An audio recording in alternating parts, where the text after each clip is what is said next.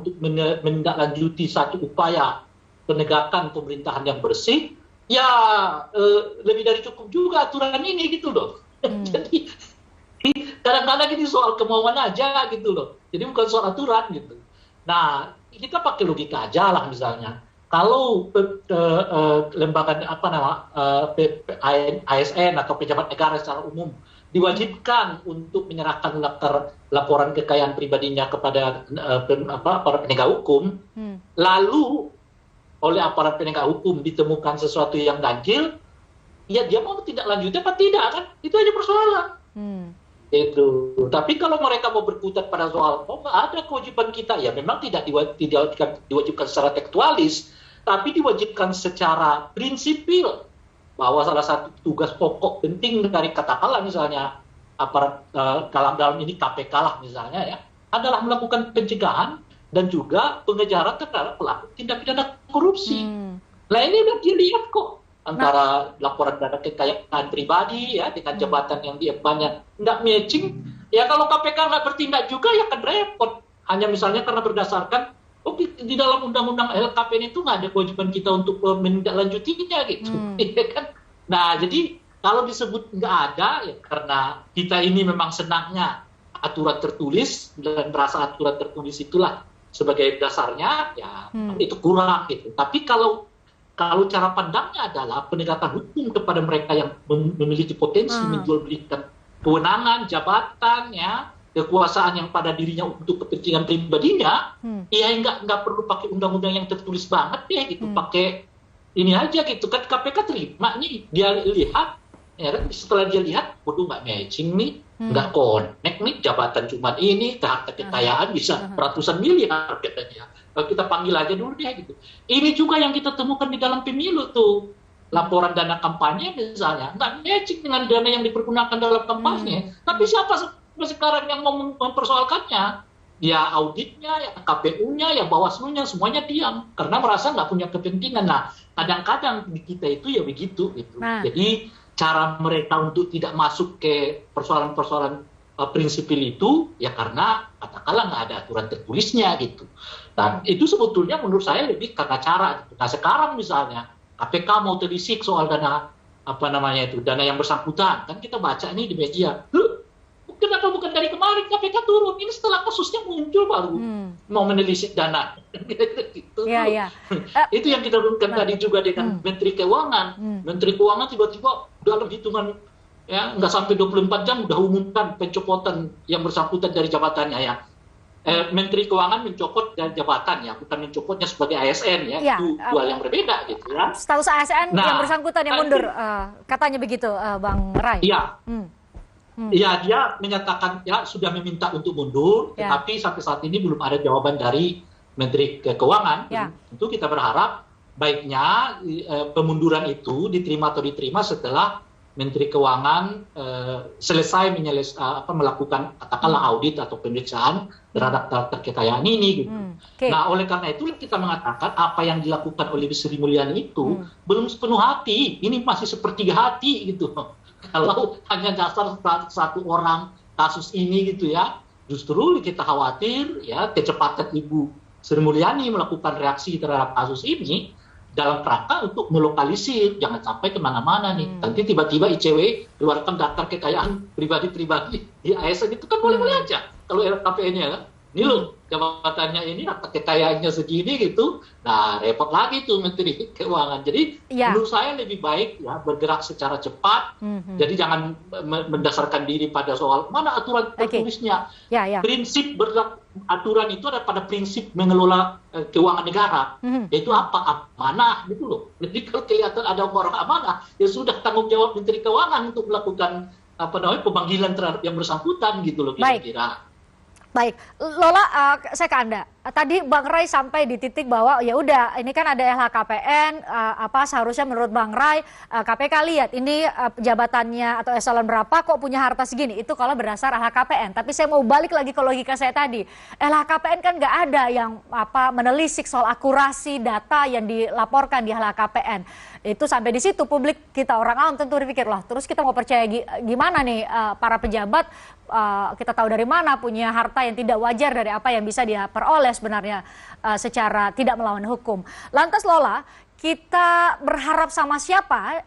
Adakah lembaga yang bisa kita harapkan selain PPATK yang Anda katakan tadi, yang bisa mencegah setidaknya, namanya moral kan kita nggak bisa ngurus ya, tapi bisa mencegah para pejabat negara untuk tidak cawe-cawe atau melakukan perbuatan melawan hukum untuk bisa mempunyai harta yang tidak wajar, pun itu dilaporkan di LHKPN.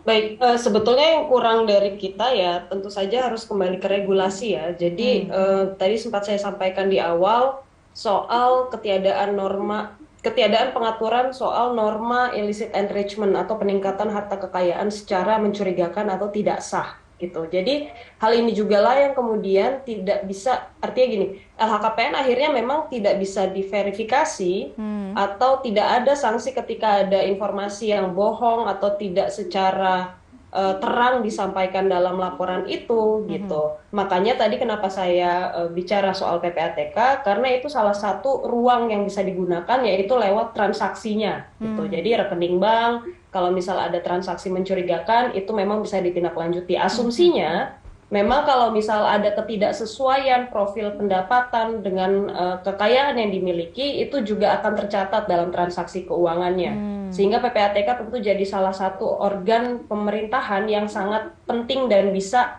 jadi ujung tombaknya gitu ya untuk menganalisis kemudian memang prosesnya bisa ditindaklanjuti dengan memberikan informasi tersebut kepada aparat penegak hukum atau ya tadi sebetulnya dalam Undang-Undang Tindak Pidana Pencucian Uang, PPATK juga diberikan kewenangan begitu ya untuk mengajukan permintaan pembekuan rekening jika memang ada transaksi mencurigakan yang diduga berasal dari tindak pidana gitu. Jadi itu juga salah satu peluang yang bisa digunakan. Kemudian kalau bicara soal penegakan hukumnya, ya tentu masih ada aparat penegak hukum. Bisa KPK, bisa kejaksaan gitu ya, yang mungkin bisa menindaklanjuti. Tapi saya juga kembali menegaskan apa yang Bang Ray sampaikan tadi, kenapa baru kemudian ada peristiwa sebesar ini ditindaklanjuti gitu. Padahal kalau misalnya juga dari informasi yang beredar di publik itu kan PPATK infonya sudah memberikan informasi soal ketidakwajaran transaksi itu kepada aparat penegak hukum. Tapi kemudian tidak ditindaklanjuti.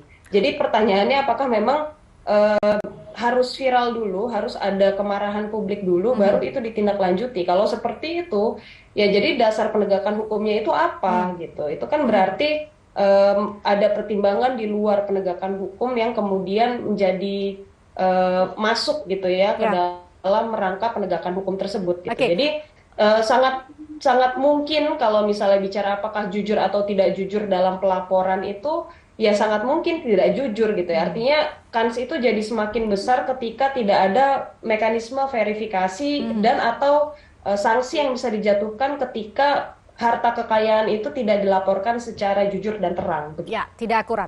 Itu satu hal, Lola. Hal lain adalah kan di kementerian dan lembaga itu kan, karena kita konteksnya penyelenggara negara ya, kementerian dan lembaga itu kan punya inspektorat jenderal yang tugasnya untuk melakukan pengawasan.